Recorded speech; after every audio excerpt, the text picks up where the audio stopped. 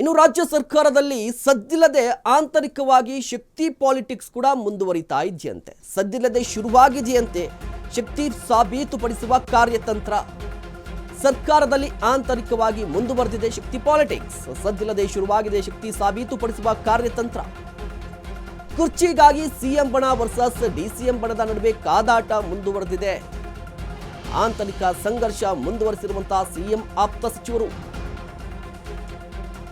ಬಹಿರಂಗ ವಾರ್ ಶುರು ಮಾಡಿದೆ ಡಿಸಿಎಂ ಡಿಕೆ ಶಿವಕುಮಾರ್ ಅವರ ಬಣ.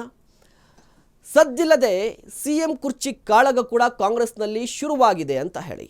ಯಾಕೆ ಅಂತ ಹೇಳಿದ್ರೆ ಮಲ್ಲಿಕಾರ್ಜುನ ಖರ್ಗೆ ಅವರು ಬಾಯಿ ಮುಚ್ಕೊಂಡು ಕೆಲಸ ಮಾಡಿ ಅಂತ ಹೇಳಿ ಹುಕುಮನ್ನು ಜಾರಿ ಮಾಡಿದ್ರು. ಸೈಲೆಂಟ್ ಆಗಿತ್ತು ಎಲ್ಲವೂ ಕೂಡ. ಆದರೆ ಈಗ ಮತ್ತೆ ಶುರುವಾಗಿದೆ.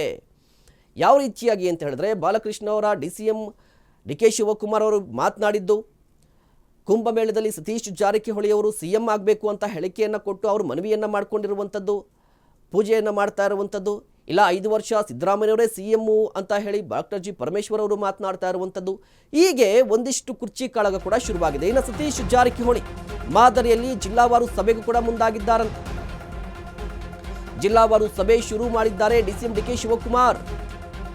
ಯಾವ ಕಾರಣಕ್ಕೆ? ರಹಸ್ಯ ಮೀಟಿಂಗ್ ಬಳಿಕ ಬಹಿರಂಗವಾಗಿ ಬ್ಯಾಟಿಂಗ್ ಮಾಡ್ತಾ ಇದ್ದಾರೆ. ಇತ್ತೀಚೆಗೆ ಡಿಸಿಎಂ ಡಿಕೆ ಶಿವಕುಮಾರ್ ಮಂಡ್ಯ, ಚಾಮರಾಜನಗರ ಜಿಲ್ಲಾ ಶಾಸಕರ ಸಭೆಯನ್ನು ಕೂಡ ನಡೆಸಿದ್ರು. ಡಿಕೆ ಶಿವಕುಮಾರ್ ಪರವಾಗಿ ಬಹಿರಂಗ ಬ್ಯಾಟಿಂಗ್ ಮಾಡ್ತಾ ಇದ್ದಾರೆ ಕೆಲವು ಶಾಸಕರು. ಕಡೂರು ಶಾಸಕರಾಗಿರುವಂತಹ ಆನಂದ್, ಮಾಗಡಿ ಬಾಲಕೃಷ್ಣ, ರಾಮನಗರದ ಇಕ್ಬಾಲ್ ಹುಸೇನ್, ಬಸವರಾಜ್ ಶಿವಗಂಗಾ ಬ್ಯಾಟಿಂಗ್ ಅನ್ನು ಮಾಡ್ತಾ ಇರುವಂತದ್ದು. ಈ ಶಾಸಕರು ಡಿಕೆ ಶಿವಕುಮಾರ್ ಪರವಾಗಿದ್ದಾರೆ. ಖರ್ಗೆ ವಾರ್ನಿಂಗ್ ಬಳಿಕ ಬಹಿರಂಗವಾಗಿ ಮಾತನಾಡ್ತಾ ಇದ್ದಾರೆ ಕೆಲವು ಶಾಸಕರು. ರಾಜ್ಯ ಕಾಂಗ್ರೆಸ್ನಲ್ಲಿ 2 ಸಮಸ್ಯೆಗಳು ಕಾಣುತ್ತಾ ಇದೆ. ಒಂದು ಸಮಸ್ಯೆ ಶಾಸಕರು ವರ್ಸಸ್ ಸಚಿವರು. ಮತ್ತೊಂದು ಸಮಸ್ಯೆ ಮತ್ತೆ ಮುನ್ನೆಲೆಗೆ ಬಂದಿರುವಂಥದ್ದು ಡಿಸಿಎಂ ಡಿಕೆ ಶಿವಕುಮಾರ್ ಅವರು ಕುರ್ಚಿ ಕಾಳಗಕ್ಕೆ ಈಗ ತಿರುಗೇಟನ್ನು ಕೊಡಬೇಕು, ಟ್ಯಾಕಲನ್ನು ಮಾಡಬೇಕು ಅಂತ ಹೇಳಿ ಅವರು ಕೂಡ ಆಕ್ಟಿವ್ ಆಗಿದ್ದಾರಂತೆ. ಒಂದು ಕಡೆ ಜಿಲ್ಲಾವಾರು ಸಭೆಗಳನ್ನು ನಡೆಸಲಿಕ್ಕೆ ಡಿಸಿಎಂ ಡಿಕೆ ಶಿವಕುಮಾರ್ ಮುಂದಾಗಿರುವಂಥದ್ದು. ಯಾಕೆ ಅಂತ ಹೇಳಿದ್ರೆ ಈ ಹಿಂದೆ ಸತೀಶ್ ಜಾರಕಿಹೊಳಿ ಅವರು ಕೂಡ ಜಿಲ್ಲಾವಾರು ಸಭೆಗಳನ್ನು ನಡೆಸ್ತಾ ಇದ್ರು ಅವರ ಇಲಾಖೆಗೆ ಸಂಬಂಧಪಟ್ಟಂತೆ. ಈ ಸಭೆಗಳನ್ನು ನಡೆಸ್ತಾ ಅವ್ರು ಏನು ಮಾಡ್ತಾ ಇದ್ರು ಅಂತ ಹೇಳಿದ್ರೆ ಅವರ ಸಮುದಾಯದ ನಾಯಕರನ್ನು ಕರೆದು ಅದು ಪ್ರತ್ಯೇಕವಾಗಿ ರಹಸ್ಯ ಮೀಟಿಂಗನ್ನು ಮಾಡುವಂಥದ್ದು. ಜೊತೆಗೆ ಅವರ ಬೆಂಬಲಿಗರನ್ನು ಕರೆದು ಪ್ರತ್ಯೇಕವಾಗಿ ವ್ಯವಸ್ಥೆಗಳನ್ನು ಮಾಡಿಸಿ ಮೀಟಿಂಗನ್ನು ಮಾಡಿ ನೆಕ್ಸ್ಟ್ 2028ರ ಚುನಾವಣೆಗೆ ನಾವೆಲ್ಲರೂ ಕೂಡ ಸಿದ್ಧವಾಗಿರಬೇಕು ಅಂತ ಹೇಳಿ ತಮ್ಮ ತಾಕತ್ತನ್ನು ಹೆಚ್ಚಿಸ್ಕೊತಾ ಇದ್ರು. ಅದೇ ರೀತಿಯ ಪ್ಲ್ಯಾನನ್ನು ಈಗ ಡಿಸಿಎಂ ಡಿಕೆ ಶಿವಕುಮಾರ್ ಅವರು ಕೂಡ ಮಾಡ್ತಾ ಇದ್ದಾರಂತೆ. ಈ ಬಗ್ಗೆ ಇನ್ನಷ್ಟು ಮಾಹಿತಿಯನ್ನು ಪಡೆಯೋಣ. ನಮ್ಮ ಪ್ರತಿನಿಧಿ ಹನುಮಂತ್ ದುರ್ಗ ದೂರವಾಣಿ ಸಂಪರ್ಕದಲ್ಲಿದ್ದಾರೆ. ಹನುಮಂತ್, ಮುಖ್ಯವಾಗಿ ಈಗಾಗಲೇ ಕಾಂಗ್ರೆಸ್ನಲ್ಲಿ ಒಂದಿಷ್ಟು ಸಮಸ್ಯೆಗಳಿರುವಂಥದ್ದು. ಸಿಎಂ ಕುರ್ಚಿ ಕಾಳಗ ಇದೆ, ಅದಾದ ನಂತರ ಕೆಪಿಸಿಸಿ ಅಧ್ಯಕ್ಷರ ಬದಲಾವಣೆ ಇದೆ. ಈಗ ಹೊಸದಾಗಿ ಸಚಿವರು ವರ್ಸಸ್ ಶಾಸಕರು ಅಂತ ಕೂಡ ಒಂದು ಪ್ರಾಬ್ಲಮ್ ಶುರುವಾಗಿದೆ. ಇದು ಎಲ್ಲಿಗೆ ಹೋಗಿ ನಿಲ್ಲುತ್ತೆ?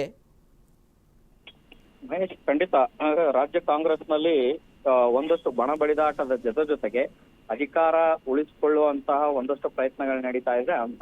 ಅಧಿಕಾರ ಪಡೆಯುವಂತಹ ಲೆಕ್ಕಾಚಾರದಲ್ಲೂ ಕೂಡ ಒಂದಷ್ಟು ಪ್ರಯತ್ನಗಳು ನಡೀತಾ ಇದ್ದಾವೆ. ವಿಶೇಷವಾಗಿ ಕಳೆದ ವಿಧಾನಸಭಾ ಚುನಾವಣೆಗೂ ಮುನ್ನವೇ CM Siddaramaiah versus DCM DK Shivakumar ಅವರು ಬಣ ಬಡಿದಾಟ ಜೋರಾಗಿತ್ತು.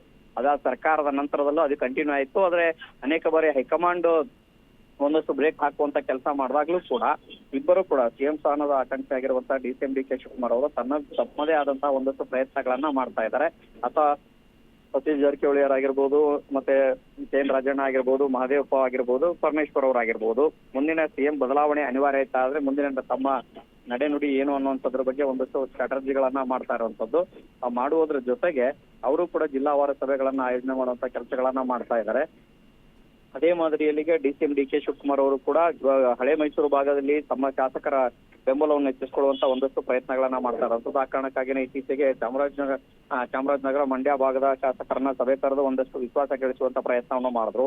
ಮತ್ತೊಂದು ಕಡೆಗೆ ತಮ್ಮ ಇಲಾಖೆಗೆ ಸಂಬಂಧಪಟ್ಟಂತಹ ಅನುದಾನ ಕೊಡುವಂತ ವಿಚಾರಕ್ಕೆ ಮತ್ತೆ ಶಾಸಕರಿಗೆ ಸಮಯ ಕೊಡುವಂತ ಒಂದಷ್ಟು ಪ್ರಯತ್ನಗಳನ್ನ ಮಾಡ್ತಾ ಇರುವಂತದ್ದು.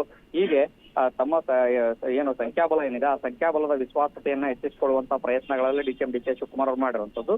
ಮತ್ತೆ ಇನ್ನೊಂದು ಇಂಟ್ರೆಸ್ಟಿಂಗ್ ಸಂಗತಿ ಏನಂತಂದು ಹೇಳಿದ್ರೆ ಈ ರಹಸ್ಯ ಸಭೆಗಳು ಆದ ನಂತರದಲ್ಲಿ ಡಿಸಿಎಂ ಡಿಕೆ ಶಿವಕುಮಾರ್ ಅವರ ಬೆಂಬಲಿತ ಶಾಸಕರಿದ್ದಾರೆ ಅವರು ಬಹಿರಂಗವಾಗಿ ಒಂದಷ್ಟು ಹೇಳಿಕೆಗಳನ್ನ ಕೊಡುವಂತ ಕೆಲಸವನ್ನ ಮಾಡ್ತಾ ಇರುವಂತದ್ದು. ಮಹೇಶ್, ಧನ್ಯವಾದ ಹನುಮಂತ್ ತಮ್ಮೆಲ್ಲ ಮಾಹಿತಿಗಾಗಿ.